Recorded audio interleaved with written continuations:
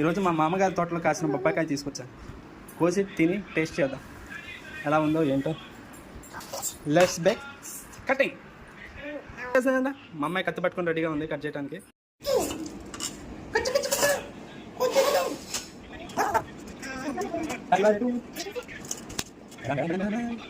Hybrid విత్తనాలే లేవు ఇందులో.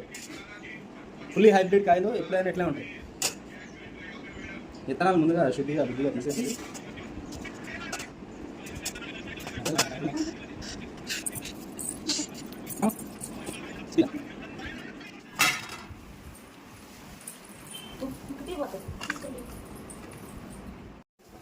Taste చేద్దాం ఎలా ఉందో చెప్తాను.